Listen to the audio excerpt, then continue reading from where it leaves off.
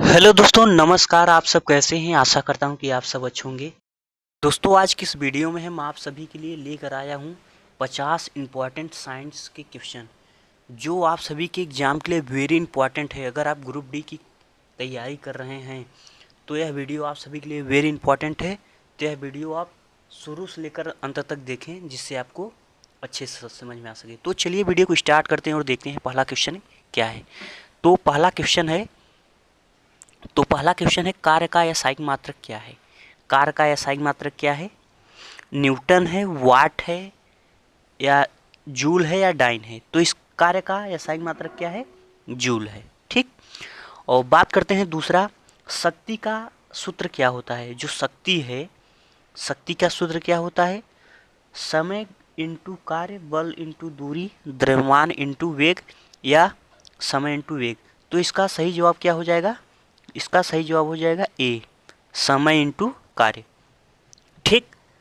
तो दोस्तों, अगला है किसी वस्तु का जड़त्व किस पर निर्भर करता है। किसी वस्तु का जड़त्व किस पर निर्भर करता है? तो किस पर निर्भर करता है? द्रव्यमान पर निर्भर करता है। ठीक।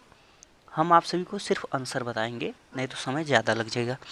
और बात करते हैं, चौथा है न्यूटन का गति का कौन सा नियम बल की परिभाषा देता है। तो प्रथम नियम बल की परिभाषा देता है। निम्नलिखित में से कौन सा ऊष्मा सबसे अच्छा चालक है? तो इसका सही जवाब हो जाएगा सी, पारा। पानी का अधिकतम घनत्व किस तापमान पर निर्भर करता है? 4 डिग्री सेल्सियस पर।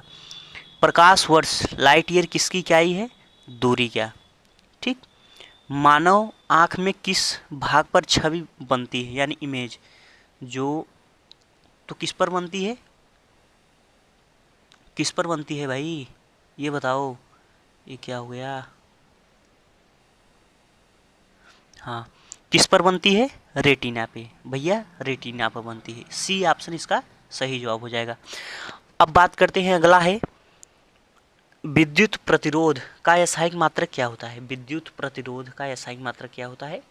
क्या होता है बताओ? विद्युत प्रतिरोध का यासायिक मात्रक क्या होता है? ओम होता है, और ओम होता है। ठीक।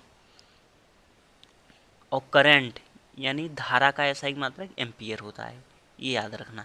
1 हॉर्स पावर में किसके बराबर होता है?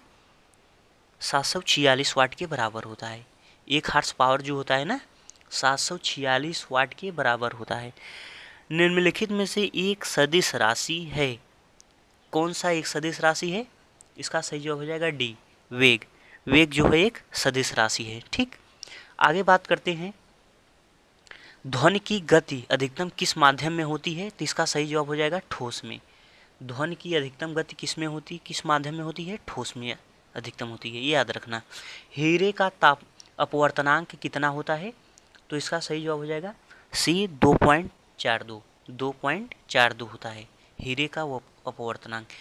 वो अपवर्तनांक कई बार एग्जाम में पूछा गया है, इसको पढ़ लेना। ये अपवर्तनांक, जैसे जल का अपवर्तनांक कितना होता है, हीरे का बहुत से हैं, तो इसको आप पढ़ लीजिएगा। ठीक। सौर ऊर्जा का स्रोत क्या है? सौर ऊर्जा का स्रोत क्या है? नाभिकीय संलयन, न्यूक्लियर फ्यूजन्स। ओम ओम का नियम किससे संबंधित है? तो ओम का नियम किससे संबंधित है? ओम का नियम सी से संबंधित है भैया। ओम का नियम जो है ना, विद्युत धारा से संबंधित है, सॉरी, विद्युत धारा से। सी इसका सही जवाब हो जाएगा। जल का रासायनिक सूत्र क्या होता है? भैया ये तो एक ऐसा पूछ रहे हैं, जल का रासायनिक सूत्र क्या होता है? H2O। ये तो किसको नहीं पता होगा भाई। जल का जो रासायनिक सूत्र क्या होता है? जल का रासायनिक सूत्र। ठीक। अब बात करते हैं, किसी तत्व को आवारा तत्व यानी स्टेरिक एलिमेंट्स कहा जाता है? हाइड्रोजन को। किस तत्व को आवारा तत्व कहते हैं? हाइड्रोजन को। खाने का सोडा का रासायनिक सूत्र क्या होता है? Sodium carbonate. Sodium carbonate, Na CO3, Na CO3, sodium carbonate. अब बात करते हैं अगला, आवर्त सारणी का सबसे हल्का तत्व कौन सा है? आवर्त सारणी का सबसे हल्का तत्व कौन सा है? भैया हाइड्रोजन है। कौन सा है? हाइड्रोजन।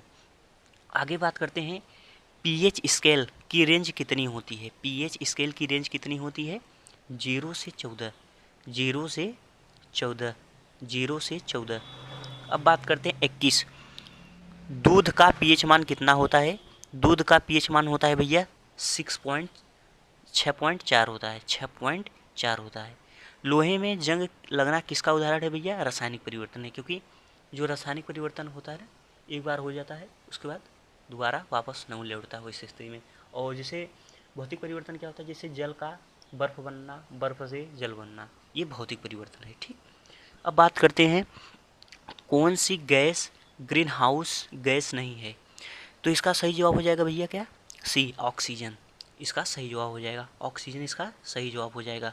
ठीक, अब बात करते हैं रॉकेट में ईंधन के रूप में किसका प्रयोग किया जाता है? तो इसका सही जवाब हो जाएगा सी, तरल हाइड्रोजन और तरल ऑक्सीजन। तरल हाइड्रोजन और तरल ऑक्सीजन, ये याद रखना। ठीक, अब बात करते हैं कांसा। कांसा किन धातुओं का मिश्रण है? तो इसका सही जवाब हो जाएगा ए, तांबा और टीन। कांसा किससे मिलकर बना होता है? तांबा और टीन से। ये बहुत इंपॉर्टेंट क्वेश्चन है, इसको हल्के में मत लेना। जो मिश्र धातुएं हैं इनको जरूर पढ़ लेना। सही में बता रहे हैं दोस्तों, मिश्र धातुएं पढ़ लेना जरूर। अब बात करते हैं अगला क्वेश्चन क्या है? परमाणु के नाभिक में क्या होता है? परमाणु के नाभिक में प्रोटॉन और न्यूट्रॉन होता है। किस प्रक्रिया द्वारा समुद्री जल से नमक प्राप्त किया जाता है? तो इसका सही जवाब हो जाएगा वाष्पीकरण। किस प्रक्रिया द्वारा समुद्री जल से नमक प्राप्त किया जाता है? वाष्पीकरण द्वारा। ठीक, अब बात करते हैं गोबर गैस का मुख्य घटक क्या है? गोबर गैस का मुख्य घटक क्या है? मीथेन होता है।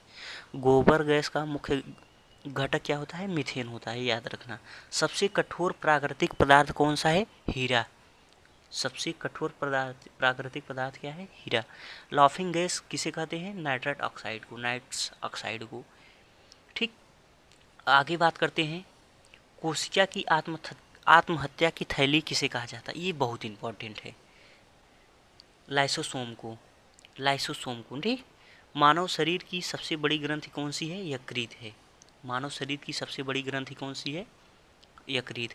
रक्त का थक्का, ब्लड क्लूटिंग जमने में कौन सा विटामिन सहायक है? तो विटामिन के इसका सही जवाब हो जाएगा। बहुत इंपॉर्टेंट क्वेश्चन लेकर आया हूँ भाई, इसको पढ़ लेना जरूर। पौधे में जल का परिवहन किस ऊतक द्वारा होता है?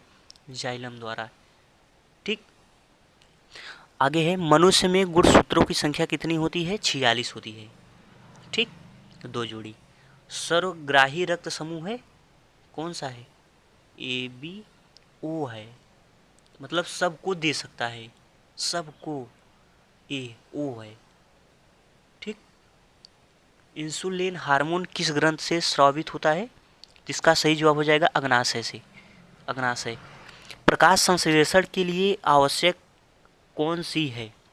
कार्बन डाइऑक्साइड, याद रखना। आगे बात करते हैं डेंगू ज्वर का वाहक कौन सा मच्छर है? एडीज, एडीज, एडीज मच्छर। आनुवंशिक का जनक किसे कहा जाता है?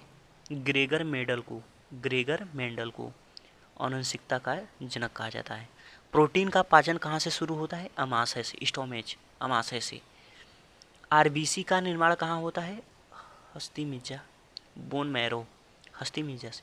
विटामिन ए की कमी से कौन सा रोग होता है? रतौंध। ये भी पढ़ लेना। विटामिन सी, विटामिन की कमी से कौन सा रोग होता है? विटामिन की खोज किसने की थी? ये जरूर पढ़ लीजिएगा।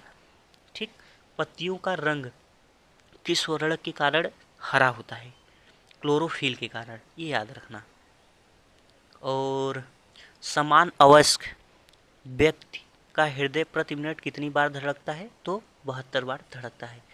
पौधे का कौन सा भाग प्रकाश संश्लेषण करता है? तो पत्तियां, ये याद रखना। विटामिन, किस विटामिन को सनशाइन विटामिन कहा जाता है? तो विटामिन डी को सनशाइन कहा जाता है, याद रखना। प्रकाश से, जो सूर्य का प्रकाश है उससे हमें विटामिन डी मिलता है, याद रखना। मानव शरीर का सबसे छोटी ग्रंथि कौन सी है? पीयूष ग्रंथि, याद रखना। डीएनए का डबल हेलिक्स मॉडल किसने दिया था? वाटसन क्रिक ने, वाटसन क्रिक ने। किसने दिया था? वाटसन क्रिक ने। और डीएनए का फुल फॉर्म क्या होता है? डीऑक्सी राइबो न्यूक्लिक अम्ल होता है, याद रखना। पेंसिलिन की खोज किसने की थी? अलेक्जेंडर फ्लेमिंग, अलेक्जेंडर फ्लेमिंग ने। तो दोस्तों ये थे 50 इंपॉर्टेंट क्वेश्चन जो बहुत इम्पॉर्टेंट है। कुछ इसमें से प्रीवियस ईयर क्वेश्चन है, कुछ हमारे द्वारा जो इम्पोर्टेंट है वो इसमें दिया गया है। तो दोस्तों इसको ज़रूर पढ़ लीजिएगा और हमारा वीडियो और आता रहेगा। अगर आप नए हैं तो चैनल को सब्सक्राइब कर लीजिएगा, जिससे कोई भी वीडियो अपलोड करें तो वह वीडियो आपसे तक पहुँचे। 10 से 15 मिनट सिर्फ वीडियो देखना है और इम्पॉर्टेंट क्वेश्चन आपको मिल जा रहा है एग्ज़ाम टाइम, तो इससे बड़ी बात क्या हो सकती है। तो दोस्तों मिलते हैं नेक्स्ट वीडियो में। धन्यवाद, बाय बाय, टेक केयर।